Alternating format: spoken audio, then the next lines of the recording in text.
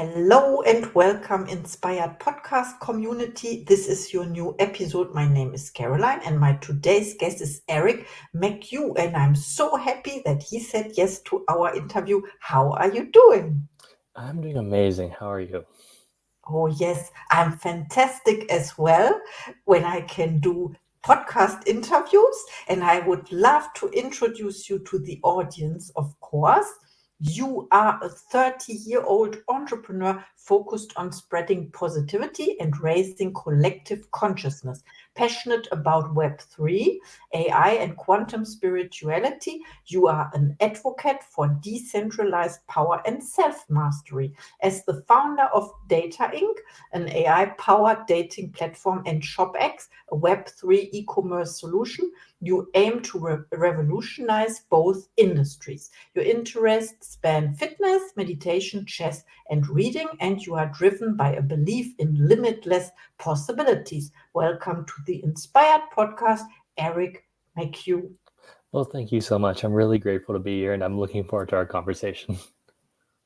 Thank you so much. And my first question is a question I didn't plan, but I would love to know this because you are into Web3. And when I remember when Web 2.0 was not developed, but it evolved, right? In 2007 with the social media, we called it Web 2.0. Is it, how do you pronounce this? Is it Web 3 or Web 3.0 or what is correct? I usually just call it Web 3, but just like Web 2 and Web 1, they're all kind of made up names to help people understand where the evolution of the internet is. So it's whatever you want to call it. Yes. Okay. Then let's talk about this to make this clear because it's pretty new as well. So Web 1, we all know these static websites, right? We don't like them. And then 2007 we had Web 2.0 with the social media. And I remember I studied at that time, so I was involved in knowledge management. So I witnessed the start of that. Now we have Web3, and as far as I understood, it has to do with crypto. What else? More AI? and more or less crypto. So the key thing about Web 3 is ownership. So if you go back to Web 1, you're right, it's about the statics. On Web 1, you could read content. So you can go online, you can read content. And like you mentioned, Web 2 has to do with social media. So you can read content, you can write content, but you don't own the content. So for example, I could do a post on Instagram, you could read my post, but Instagram owns the post in this situation. So they could cancel us for whatever reason, or who knows, or sell our data for nefarious purposes because Instagram is the ownership. And in Web3, you can read content, you can write content, but you can also own the content. And that content can take the form of either a cryptocurrency, an NFT, or some other thing. But the important thing is you own it. So just like in crypto, if you own a piece of crypto, you own that. But if you own the NFT, you own that. And yeah, there's different ways to play with it because it's still like a new technology. So everyone's still experimenting. Yes, and you can sell it as well. If you own it, you can sell it, right? Yes, that's the whole point. If you own it, you can sell it and no one can take it. No one can forcibly take it away from you. Yes. Wow, I love that. Thank you so much for explaining because it's important for all the people out there being a little bit resistant towards the new medias, howsoever they are not so new. So my first question to you is, how do you see Web3 and AI transforming the future of e-commerce and dating platforms? Yeah, so I view them as a combination of things. So both Web3, AI, and all technology for that matter, I view them as neutral. So for example, someone could use a knife for a good thing, that's great. Like they could use to make food for the family, or someone could use a knife for a bad thing, that's not great. So Web3 and AI are similar in the sense that there's good uses and there's bad use cases. So I see Web3 and AI working together to help elevate all of humanity. Because think about this, like what's AI really good at? It's helping someone leverage their natural skills to producing. So for example, if you're on your podcast, you may not have the best video editing skills. You can use AI to create some video, throw some captions on it. It's really up to you. So for example, I could be a kid in the Philippines because I'm Filipino. Let's say I grew up in the slums like 50 years ago. That's just my existence. I grew up in the slums. But now with AI, I could have a dream to start an e-commerce. So it's like, oh, I'm passionate about shoes. I'm passionate about whatever. And with AI, I can use AI to help me manifest the idea into real life. So I can use it to help create copy, help create graphics, help create a website. And bam, I have a store that I couldn't have created before. And then I could use cryptocurrency to connect to a global marketplace. And if this works for me, then I can help society by following my passions, because I'm like, oh, this is my passion, this adds value to the world. Great. And if it doesn't work, I learned something. So either way, it's going to help people do that at scale. And the thing about cryptocurrency in general, I think it switches the incentives that we have as a people. Like, so for example, it incentivizes value creation versus value extraction. So right now, if I want to become as rich as possible, and again, I view money as a neutral thing. Like if you make a lot of money by adding a lot of value to a lot of people's lives, then good for you. Like honestly, like good for you. But like if I want to become rich right now without producing any value, what's the best way for me to do that in America? It would be for me to place myself right next to the money printer, aka the Federal Reserve, so I could extract value. So if I'm in that position, I'm getting money printed from the Federal Reserve, I'm getting that money. I'm effectively stealing from you and everyone else who owns dollars, which isn't good. And then because I'm in a position of power, I can use that to gain power, bring in 3 other corrupt people. And now we have 3 corrupt people, and the 3 corrupt people with unlimited access to money, they'll defeat the non-corrupt people because they have like unlimited access to money. It's hard to win that in the current political system. And so this creates a corruption system from the top. But in Web3 and cryptocurrency, like let's say Bitcoin becomes a standard, if I want your Bitcoin, how do I get your Bitcoin? I can't inflate it away from you. I can't steal it from you. The only way for me to get your Bitcoin is for me to produce something of value, or something that you determine valuable for yourself. And then we trade for the Bitcoin. So I produce a product. You want it? You want my product? Great. You send me your Bitcoin. You get my product. It's a win-win. So now if I want to become really rich, the only way to do that is for me to produce a lot of value for a lot of people at scale. And this is where AI comes in, because it can help me do that quicker. So now instead of trying to extract value, I'm trying to create value. And imagine if that's the way of thinking, like not even just in our generation, but like if that's the way people get rich or create value, like 2, 3, 4 generations down the line, everyone's just trying to create as much value as possible. Then I think everyone becomes richer, everyone becomes more abundant, and then I think it's just much better. Yes, it's so true. Thank you so much for pointing this out. I forgot about that Yeah. because, yeah, it is about value, of course, and not extracting. It is adding value or giving value, we say.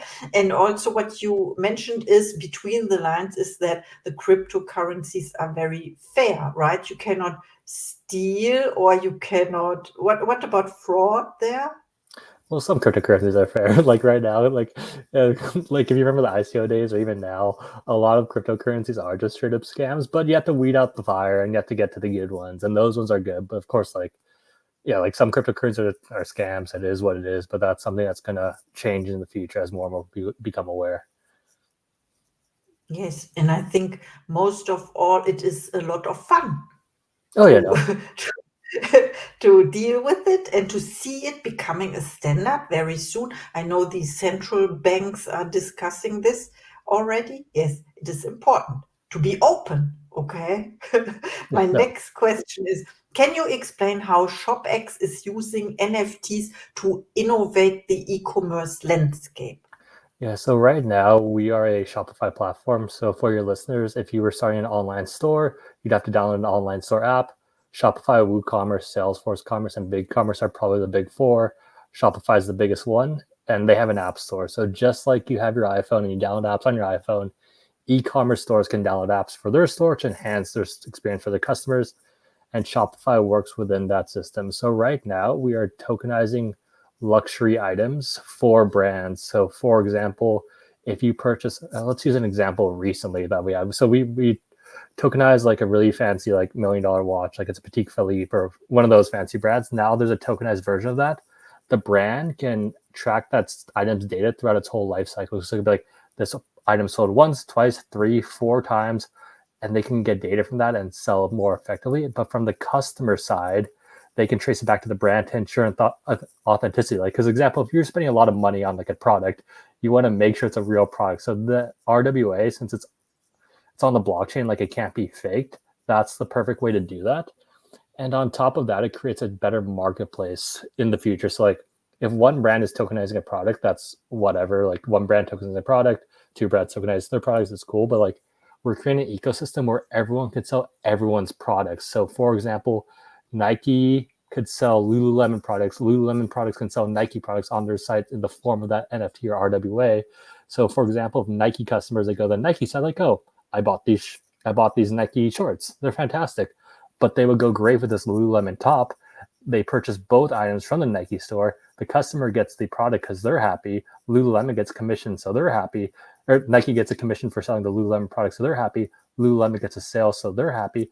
And what this does is it increases the liquidity of products. So, for example, if you want to sell something online, there's not too many places you can do it. You can do like Amazon. Let's use Amazon example. They're the leader, so they can charge merchants a ton of money. But if everyone's selling everyone's product, it increases the flow of products. And just like money, products are, everything is energy. So if you increase the flow, it becomes more efficient and things become cheap, ultimately cheaper for the customer. Wow, what you did, you know what you did? So, first of all, you accepted the idea of thinking big, right? No, So it is like, because, yeah, now I understand, because I thought about eBay. We know eBay, and then you can buy used items, but in the past you couldn't track them, right? And this is what you explained. So you create a not a product, an item, and you can track it. You said it, and for the companies, they can see which people are buying it, and not only the first time, because this is what I understood.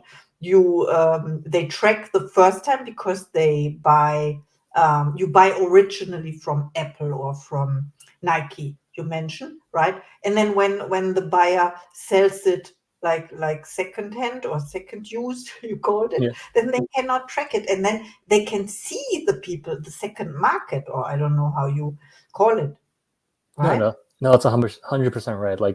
Uh, like it's a big problem with like fakes right now. Like after it leaves the store, it's like, is this real? Is this fake? Which is annoying if you purchase like a $50 product, like a pair of shoes, and it happens to be fake. And we'll use Nike for an example, just because they're an easy one to understand. It's like the way fakes are created, or a lot of fakes are created, is like, imagine there's a shoe store in Thailand or wherever they create their shoes. There are two shifts that are done, and then that's the official shift. So every product that's created is the official product from those two shifts. But then more often times, a third party will purchase that to use the space when the rest of the workers are sleeping, producing products from the same store when everyone's asleep. But those are the unofficial versions, and that kind of floods the market with fake products. So after Nike sells their shoe for the first time, like the first time, obviously you buy from the Nike store, it's real. But then if you were to buy my Nike shoe, how do you know it's real? You can't really tell.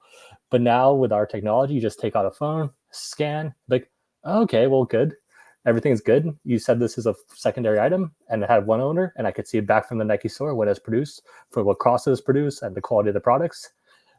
But on the flip side, if you take out the shoe, like let's say you're trying to, because we love flea markets and stuff. It's fun to trade and barter. It's like, imagine you're at a flea market, you see a gem. It's like, what is this? Oh, scan your phone.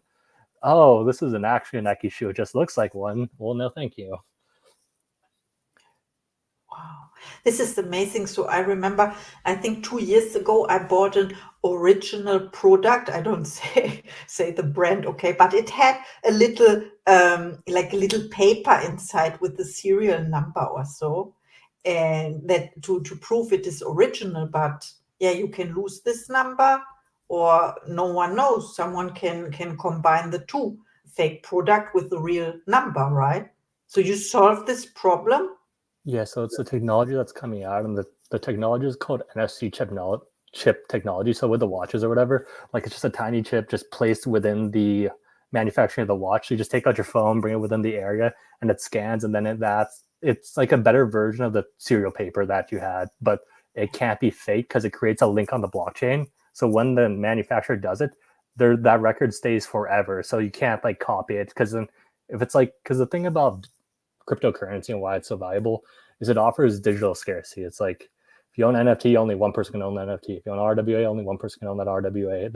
It's a one of one collection, so you can create a one of one collection for each individual products. And on top of that, like, it helps in other ways too. Like, imagine you're building a car, like you have a Lamborghini or whatever, and you need something fixed. You can trace the parts to know that they came from the actual store too. And like, okay, all these parts are legit. It really just cuts out the fake. And back to the value creation model that we're talking about. It's like, because someone's faking products, it's kind of annoying. You're not really creating value, you're just extracting value from the customer and the brand. This kind of makes it a lot harder for them to do. Yes, absolutely. So I understand. And now, and without you mentioning it, it totally explains to me your spiritual side. Because when we talk about fake or the opposite, being honest or being authentic as well, then this is what you transfer to the material world, so to say, you materialize it. So this not trait of character, it is more than that. This quality of being authentic and true. Oh yeah, no, that's 100% right. I'd say the spiritual side is the core. It's part of the core. So like, if the core is whatever your core is, that's what you're going to produce. And so the spiritual side is a big part of my core. So that it produced the two companies we deal with, and they have different needs. Because again, like the reason I believe in authenticity so much is because first off, I think you're happiest when you're serving other people. Like that's how people get it. Like if you want to be happy, just try to serve a lot of people, and you'll probably feel great. And the best way to serve other people is to be authentic, because if you try to be me, you can't beat me at being me because I'm one of one. I'm number one in the world. But if I try to be you, I can't beat you at being you because you're one of one in the world. So if you want to serve as many people, because that's what makes you happy, the only way to do that, the most logical way to do that is to be your authentic self, because you're being number one in the world. And whatever this manifests, it's going to be different for everyone. That's why you can't really copy someone's success, because it's like, well, that's their success. That worked for them. Good for them. But you really just have to be you, and authenticity is the way to do that. And the cool thing about authenticity is if you're being authentic, you attract the people and the opportunities that you're meant to attract. On the flip side, you also repel the people and opportunities that you're meant to repel. So it's like, it's a win-win. It creates like a self-filtering system, which I think is fantastic. And in my career, it's actually been super helpful. Like a lot of early mentors, like they had a spiritual side, that's what we bonded over, and then like doors just kept opening. So it was a win-win. Wow, that's amazing. Yes, and it's so true. So being the true self, the authentic you, because and the only restriction or what is against is when it's polluted, when your thinking is polluted or you cannot see clearly, right? So we can train this as well. Yeah, and I wanted to ask because you mentioned mentors and coaches. Do you have coaches and mentors for yourself? And who was the best coach you ever had? Yeah, so I have a bunch actually. So I was like, and again, a quick story is like I had a previous startup. It wasn't one of the top incubators in the world at the time. So I was younger at the time. So what I did was I used incubators is essentially startup school. So it's like different startups at different levels in different fields. So at a young age, I was in like, and it'd be like our startup working next to another startup, working next to another startup, like just the founders. So at a young age, I got lunch. I hung out with a bunch of different founders and absorbed so much knowledge from different people, and that's where the spirituality actually kicked off. It's like some of the more successful founders like, hey, do you want to have lunch at like 2? I'm like, no, this is my meditation time. And I'm like, what do you mean meditate? Does I even do anything? It's like, and they're like, yes, it's extremely helpful. And then I ignored it for a while, but then I finally started doing it. Like, oh, okay, I can see why I did that. But my biggest mentor is probably Hermes Trismegistus. So he wrote the Emerald Tablet. So I would say a lot of his teachings are the base of a lot of the spiritual teachings and all the religions today, including all the secret society stuff. So Hermes Trismegistus is probably had the most influence in my life. Wow. Thank you so much for sharing. I have to look this up, of course. And my next question is what role, and we talked about it a little, what role does quantum spirituality play in your entrepreneurial journey? Yeah, so what quantum spirituality is, and just like Web 1, Web 2, and Web 3 are made up words, this is also a made up word. So it's like quantum spirituality, what is it? I don't know. Someone just made it up, but it makes sense to me. And the reason I think it's important, and the reason I'm passionate about talking about spirituality is because my overall goal is to raise a collective consciousness. So like, how do I do that? I raise my own vibe. It raises those around them. So if one of your listeners leaves this podcast better off, what does this do? They go into their world or their reality slightly better off, and then they raise the vibe around people around them, and then it kind of spreads. So that's overall my goal. So quantum spirituality, it's just a terminology. It's like the science behind spirituality. And I think it's really important because I also think there's been an effort from those in power to keep spirituality hidden. So like when the average person thinks of spirituality, well, what is this? Like a homeless person in the forest playing with crystals, that doesn't do anything. But if you can understand the science behind spirituality and the science behind meditation, the science behind creating your own reality, it's a powerful force for good. So specifically quantum spirituality is essentially, I believe that there's an infinite number of possibilities right now. The reality that we're experiencing is the reality that we're paying attention to. So that's also why you have to focus on the positive things, because if you focus on the positive things, you get more positivity. But if you focus on negative things, you get more negativity, which is why social media is so detrimental. But it's also detrimental by design, because again, if you go back to energy, frequency, and vibration, everything is a scale from 0 to 1,000, and each emotional state is just a different frequency. So you could say you're happy, you're loving, you're sad, you're angry. You're just saying I'm vibrating at a different frequency. And just like a radio station, if you turn to a specific station, you get that radio station. So if you're angry all the time, you're on that angry station. You're gonna attract angry people. But if you're loving all the time, you're gonna be on the loving station. You're gonna attract loving people. And if you're trying to help all the time, what does this mean? It's that feels good, but you're gonna attract people who are also trying to help you. And that's a much better and more practical way to build business. Imagine like if both business partners are trying to like help each other, it's a win-win, and that's where real business gets done. And on that point on the scale, it's 0 to 1,000. The vibrational frequency between 100 and 200, so that's like fear, anger, shame, and those negative emotions, that's when people are most easily controlled. So if you think of social media from that lens, it's like, why is fear always pushed? Like log into Twitter and it's just so much negativity. Why is that pushed? It's because that's when people in power can have the most control over the most people. So I think people are breaking free of that. So I think I have a very positive outlook on the world. But yeah, that's a long-winded answer to your question. Oh, thank you so much. Yes, and you mentioned Twitter, and I have to Yeah. mention it. Also, I'm not there very often, but I'm there, and I see the trends there. And today I didn't like the trend, but I'm not saying it's every time it's something like Yeah. I think what is the next scandal or something. Okay, so my last question for our interview is about your goals. Do you set goals for yourself or intentions, and what is one of your next projects? Yeah. So I would say having a goal is very important, like having a very numerical goal, because again, wherever your attention goes, you're going to create that reality. So having the big goal in the end is very important, because how do you get to the big goal? I don't know. You have to figure out along the way, and along the way, you just have to constantly optimize. So like, let's say your goal for example, ShopX, the goal is for 80% of all NFTs to be ShopX RWA NFTs. So that's a big goal. And how do we get there? Well, we have to get a bunch of brands to attach our RWA to their individual products. That's an easy way to scale that. How do we get a bunch of brands? You have to do a bunch of stuff in the meantime. What do we know? What do we have to do next month? We don't know, but we're going to try a bunch of stuff, find what works, and keep going down that path. So it's like we know the end goal, but we don't know how we're going to get to the end goal, but that's what we get to figure out. So yeah, I'm a big believer in setting big end goals. So like ShopX is 80% of all NFTs are going to be ShopX RWA NFTs, and dating, the other company I have, is we're going to match 1 billion happy couples. How we're going to get to those 1 billion happy couples, again, we'll figure it out, and we'll just constantly optimize on the way. But and you hit it on an important word, is the intention. Both the intention of both companies is to do good in the world, and people really respond to that. Like both ShopX and dating, like ShopX has a community behind us. Dating is reliant on their users.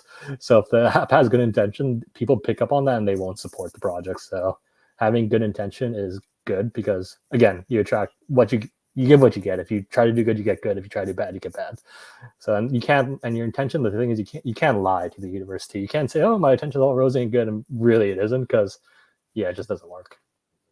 Yes, so true. Thank you so much for sharing about your goals. Now is time for your final thoughts to the audience before we close, please. That's a good one. Yeah. So, whenever I think everyone is creating their reality, whether they know it or not. So, two rules I like to follow is, and again, karma is a real thing. So, if you do bad, bad things will happen to you. If you do good, good things will happen to you. So, when you're creating, or when you're doing business, or whenever you're doing what you're doing, just don't try to take anything from anyone, and don't try to harm anyone. You should generally be good to go. Absolutely. I totally agree. Thank you so much for our interview, No, thank you so much. It was really fun. and see you in the next episode.